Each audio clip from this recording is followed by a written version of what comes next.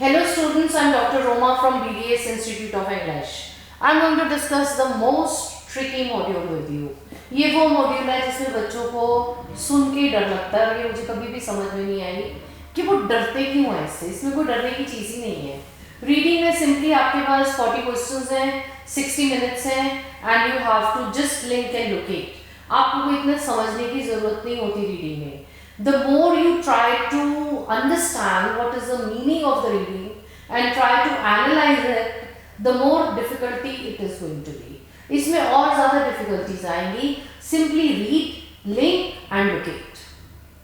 उसको लिंक करो कि ये इससे मिलता है, क्वेश्चन से पैसेज मिलता है, पैसेज से क्वेश्चन मिलता है, ये हमारी लोकेशन है and this is answer. Because reading demand क्या करती है? रीडिंग डिमांड करती है आपसे सिंपल आंसर्स ढूंढना and we are going to start with academic reading. Academic reading is considered to be little lengthy as compare to the general reading, but मैं आपको बता दूं जनरल वाले बच्चों के लिए भी लास्ट पैसेज एकेडमिक का है. अगर जनरल वाले बच्चे अच्छा स्कोर लेना चाहते हैं रीडिंग में तो उनको एकेडमिक रीडिंग की practice at least once a week करनी चाहिए क्योंकि उनका third passage is academic. Now see what are the three concepts, how can you find the answers, कि हम concept wise reading के answers कैसे ढूंढेंगे और ऐसे खुश हो जाओगे बच्चों के जैसे कि answers मिल गए. Now see what are these, ये देखो कौन से concepts हैं. Now I have given you three concepts. The first concept is identifying the keywords. अब आप बोलोगे कि ये कीवर्ड क्या वर्ड होता है? कीवर्ड इज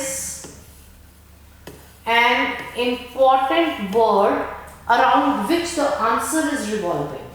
इसके आसपास आंसर घूमता रहता है because this is a word which is going to convey the message that this has to be concentrated.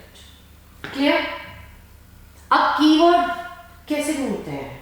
आपकी इतनी बड़ी लाइन है, उस लाइन में उसने जनरल बातें भी की हैं. जनरल बातें मीन्स अगर ऑस्ट्रेलिया के बारे में पैसेज है तो वो पूरी बात ऑस्ट्रेलिया की कर रहा है, लोगों की कर रहा है. लेकिन उसमें अगर वो कुछ स्पेशल चीज कर रहा है, if there is any adjective that is used in the line, that is a keyword. Like he says the people of Australia are intelligent.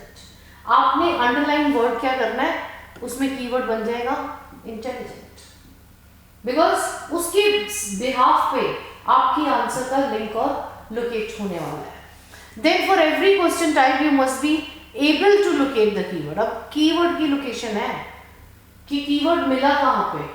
अब इतनी लंबी लाइन को अगर आप सारा ही अंडरलाइन कर ही जाओगे और उसमें से कीवर्ड कैसे मिलेगा? वो तो नहीं मिलेगा. Now keyword is an important word. And secondly जब भी आप कीवर्ड अंडरलाइन करते हो ऐसे करो. बिल्कुल ये तरीका नहीं है कीवर्ड्स अंडरलाइन करने का कि पूरे लंबे लंबे आपने अंडरलाइन कर दिए तो उसमें से हम ढूंढेंगे कैसे? How are we going to find that word that which is a keyword? Second important concept is locating the keywords. कि कीवर्ड हमने लोकेट कैसे करना है? You need to find the keyword language quickly in the passage, कि ये language हमें passage में कहाँ मिल रही है.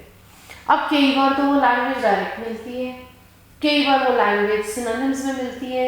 इसके लिए हमें उसे स्कैन करना पड़ेगा. We need to scan the passage. Scan means ध्यान से देखना पड़ेगा, स्किम में स्कैन करना पड़ेगा, तभी हम कीवर्ड को लोकेट कर पाएंगे कि ये कीवर्ड हमारे क्वेश्चन में था, अब यही कीवर्ड हमारे पैसेज में है. और understanding the language, you have to be able to quickly understand the language you locate. This includes comprehending language that relates to the answer. ये वो लैंग्वेज होनी चाहिए जो आपके आंसर में रिलेट कर दे. क्वेश्चन और आंसर का मिलना बहुत जरूरी है. जरूरी नहीं है कि सेम वर्ड से लिंक एंड लोकेट होंगे. जैसे वो कहते हैं the ship was move to Australia. अब हमने मूव वर्ड को अंडरलाइन कर लिया, फिर ये मूव वर्ड हमें पैसेज में मिला ही नहीं. अब हम कहेंगे इसको लोकेट कैसे करें? यही एक जनरल प्रॉब्लम होती है जो बच्चों में अक्सर देखी जाती है और वो पूछते भी नहीं इसके बारे में.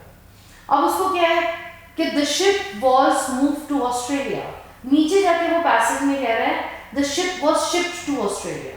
अब वो शिफ्ट और मूव्ड दोनों सेम है, जहां पे वो मिल जाएंगे that will be an answer. That is the way to use these three concepts.